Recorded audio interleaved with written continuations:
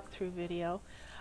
This video is for people who just want to know my workflow of my creations from Blender to Second Life. I highly recommend that you grab the startup file that I have on the page so that you can follow along better with us. I have it open in Blender, and let's go ahead and start by adding. Well, let's go ahead first and do the click on world background so that we've got that, and let's close that and go ahead and add mesh,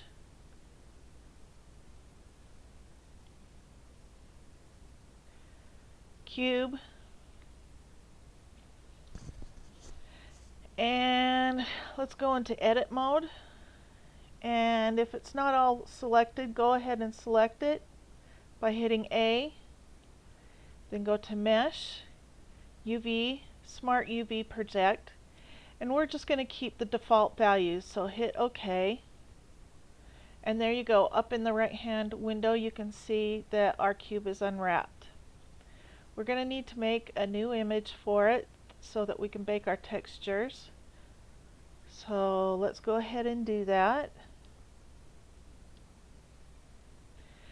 Untick the alpha so you won't have alpha fighting problems with your texture when you import it into Second Life. And there we go. We're ready to go. Now let's go ahead and add an environment texture. Let's go up and change the Blender render to cycles first.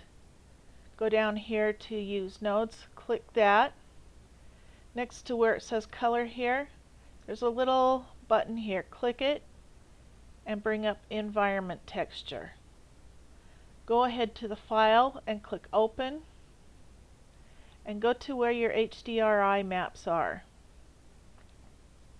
Now if you need more HDRI maps or are finding it hard to find, HDRI Haven is linked in this article.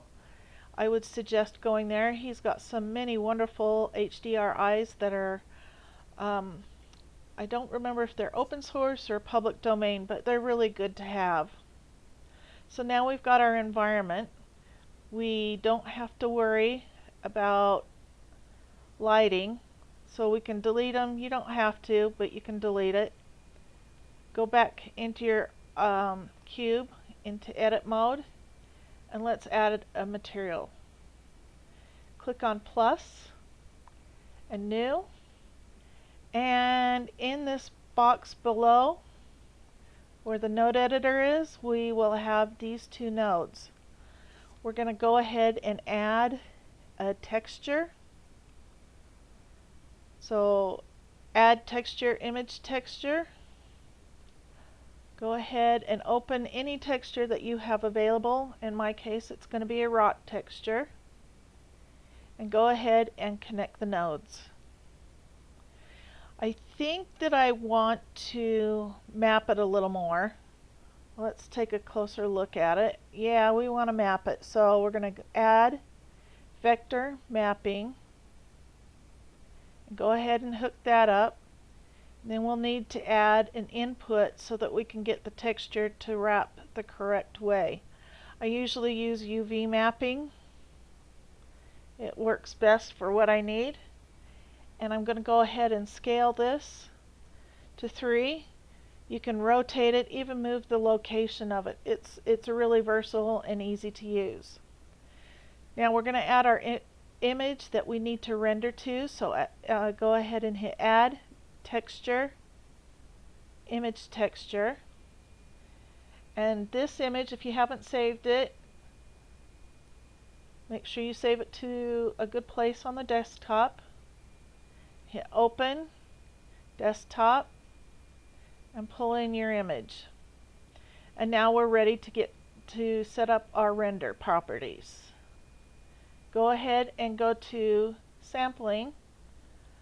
I'm going to make this up to 2048. It doesn't necessarily need to be that high, but I want to make sure I get a pretty clear render. And then you go down to bake. Make sure that all that combined is is selected and hit bake. And when that's done, you should have something like this.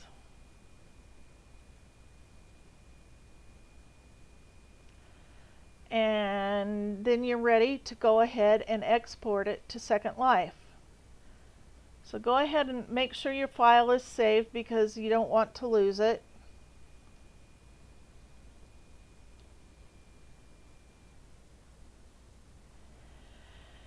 And go to Object Mode,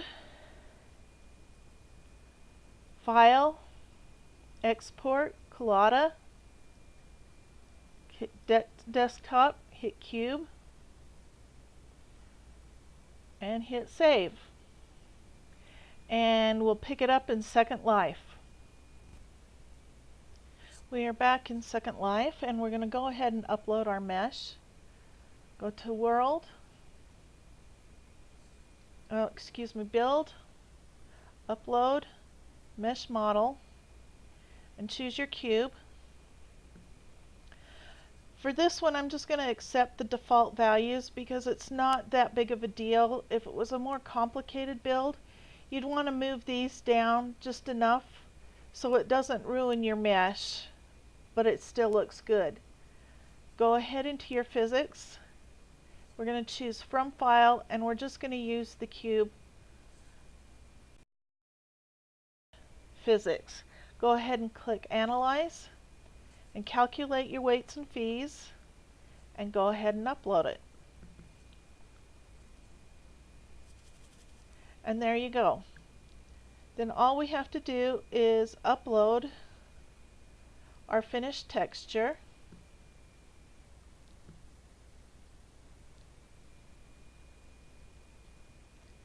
And go ahead and drop it on there.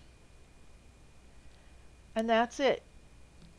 It's that simple. If you have any questions or any problems, feel free to IM me or better yet, send me a note card in World. Please don't hesitate to come by and visit us in Triggerfish. Donations are welcome. Anything.